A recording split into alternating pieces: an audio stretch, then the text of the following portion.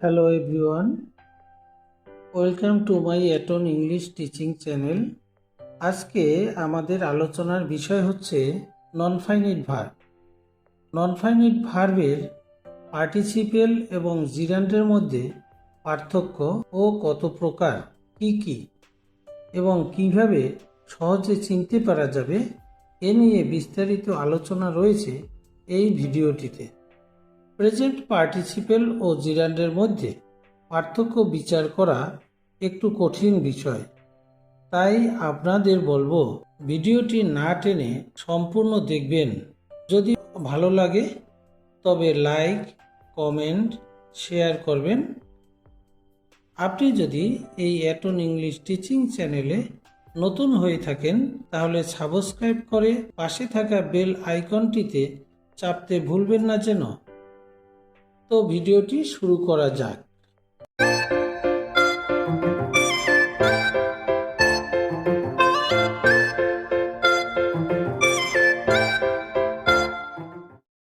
আমরা পূর্বেই বলেছি যে ভার্ব অন্য ভার্বের সাহায্য ছাড়া তার অর্থ প্রকাশের মাধ্যমে সেন্টেন্সের একটি বক্তব্য প্রকাশ করতে পারে না, সাবজেক্টের নাম্বার ও পার্সন অনুসারে পরিবর্তন হয় না এবং অ্যাডভার্ব অফ টাইম অনুসারে পরিবর্তন হয় না, তাকে নন ফাইনাইট ভার্ব বলে।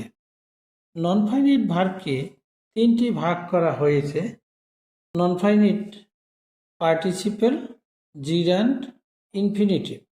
আমরা আজ পার্টিসিপেল ও জিরান্ড নিয়ে আলোচনা করব, ইনফিনিটিভ নিয়ে অন্য একটি ভিডিওতে বলবো। তাই প্রথমে জানব পার্টিসিপেল কাকে বলে। পার্টিসিপেল ভার্বের যে ফর্ম একই সাথে ভার্ব ও অ্যাডজেক্টিভের কাজ করে তাকে পার্টিসিপেল বলে। পার্টিসিপেল তিন প্রকার, যেমন present participle, past participle, perfect participle. Present participle ভার্বের প্রেজেন্ট ফর্মের সাথে আইএনজি যুক্ত হয়ে উহা যদি কাজ চলন্ত অবস্থা বা চলা অবস্থা বোঝায় এবং অ্যাডজেক্টিভের কাজ করে তখন তাকে প্রেজেন্ট পার্টিসিপেল বলে। তো প্রেজেন্ট পার্টিসিপেল কোথায় ব্যবহার হবে? Use of present participle. আমরা দেখছি টেন্সের ক্ষেত্রে কন্টিনিউয়াস ফর্ম গঠনে ইজ ওয়ার্কিং, সে কাজটি করতেছে, এখানে is working present continuous. Adjective হিসাবে a barking dog seldom bites. তো এখানে বার্কিং ডগ, বার্কিং, বার্ক ভার্বের সাথে আইএনজি যুক্ত হয়ে এটা প্রেজেন্ট পার্টিসিপেল। অন্যদিকে ডগ নাউনের পূর্বে বসে এটা অ্যাডজেক্টিভের কাজ করছে, অর্থাৎ ডগের বৈশিষ্ট্য প্রকাশ করছে। হ্যাঁ, কি ধরনের ডগ এটা প্রকাশ করছে বার্কিং শব্দ দ্বারা, এই জন্য এটা অ্যাডজেক্টিভেরও কাজ করেছে। ফ্রেজ রূপে going to a library, I shall buy a book, অর্থাৎ আমি লাইব্রেরিতে গিয়ে একটি বই কিনব। তো এই গোয়িং টু এ লাইব্রেরি, লাইব্রেরিতে গিয়ে, এটা একটা প্রেজেন্ট পার্টিসিপেল বা পার্টিসিপেল ফ্রেজের হিসেবে আছে। হিয়ার, ফিল, সি, স্মেল প্রভৃতি ভার্ব অফ সেন্সেশনের পরে, যেমন I saw him playing tennis, এখানে সি এর পাস্ট ফর্ম স, তার সেন্সেশন হিসাবে প্লেয়িং, এটা ভার্বের সাথে আইএনজি যুক্ত আকারে আছে। ক্যাচ, ফাইন্ড, লিভ, এরপরে অবজেক্টের পরে বসবে, যেমন I caught him stealing my books, ক্যাচের পাস্ট ফর্ম হলো কট। এখানে আমরা দেখছি হিমের পরে হিম অবজেক্ট, এরপরে স্টিলিং, স্টিল ভার্বের সাথে আইএনজি যুক্ত আকারে আছে। তারপরে গো, কাম, স্পেন্ড, ওয়াস্ট এরপরে আসবে, যেমন I shall go shopping today. এখানে আমরা একটা বিষয় লক্ষ্য করতে পারি, এখানে আই শ্যাল গো আমি যাব শপিং কেনাকাটা করার জন্য, টুডে আজ আমি আজকে কেনাকাটার জন্য যাব। এখানে আমি যাব এবং আমি শপিং করব, এই আই সাবজেক্ট দ্বারা দুটি কাজ হয়েছে।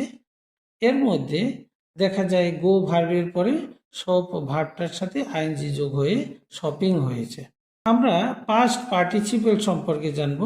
কোনো ভার্বের কাজ শেষ হওয়া বা কারো দ্বারা কাজ সম্পাদিত হওয়া প্রকাশ করার জন্য যে ফর্ম ব্যবহার করা হয় তাকে পাস্ট পার্টিসিপল ফর্ম বলে। Use of past participle. Past পার্টিসিপলটা কি, কোথায় বসে? পারফেক্ট টেন্স গঠনে পাস্ট পার্টিসিপল বসে। হি হ্যাজ ওয়ার্কড হার্ড, এখানে হি হ্যাজ ওয়ার্কড হার্ড এই সেন্টেন্সটা প্রেজেন্ট পারফেক্ট টেন্স গঠনে ব্যবহার হয়েছে। I shall have done the work, এটাও ফিউচার পারফেক্ট হিসাবে ব্যবহার হয়েছে। অ্যাডজেক্টিভ হিসাবে I have a grown up daughter, এই যে grow, grew, grown, grown past participle, অথবা I have a grown up son, এখানে ছেলে বা মেয়ে কত বয়স হয়েছে তা প্রকাশ করা হয়েছে গ্রোন ভার্ব দ্বারা। তো এটা পাস্ট পার্টিসিপল, কিন্তু কাজ করেছে অ্যাডজেক্টিভের। তো প্যাসিভ ফর্ম গঠনে হি ওয়াজ ফিল্ড উইথ ফিয়ার, সে ভয়ে পরিপূর্ণ হয়েছে। এখানে আমরা ফিল্ড ভার্বটা পাস্ট পার্টিসিপল, কিন্তু সেন্টেন্সটার গঠন প্যাসিভই আছে। পারফেক্ট পার্টিসিপল, হ্যাভিং এর পর ভার্বের পাস্ট পার্টিসিপল যুক্ত হয়ে যদি তা একই সাথে ভার্ব এবং অ্যাডজেক্টিভের কাজ করে তাকে পারফেক্ট পার্টিসিপল বলে। যেমন having finished his study, he went to ইট।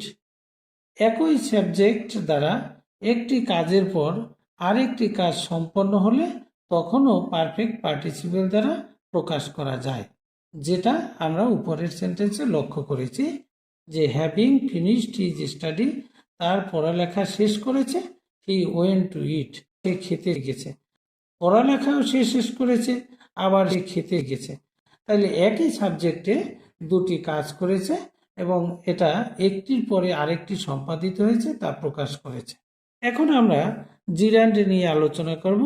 জিরান্ড ভার্বের সাথে আইনজি যুক্ত ফর্ম যাহা একই সাথে ভার্ব ও নাউনের কাজ করে তাকে জিরান্ড বলে। ইউজ অফ জিরান্ড, অর্থাৎ জিরান্ড কোথায় বসে? ভার্বের সাবজেক্ট রূপে বসে। যেমন swimming is a good exercise, এখানে সুইমিংটা সেন্টেন্সের সাবজেক্ট হিসেবে আছে এবং এটা সুইম ভার্বের সাথে আইনজি যুক্ত আকারে আছে, সেই জন্য এটাকে বলবো কি জিরান্ড, যেটা সাবজেক্ট রূপে বসেছে। ট্রানজিটিভ ভার্বের অবজেক্ট রূপে বসা। আই লাইক প্লেয়িং ক্রিকেট, এখানে দেখা যায় আমি পছন্দ করি, কি পছন্দ করি? প্লেয়িং, খেলা, ক্রিকেট খেলা পছন্দ করি। তাহলে প্লেয়িংটা অবজেক্ট রূপে আছে এবং এটা একটা কাজের নাম বোঝানো হয়েছে।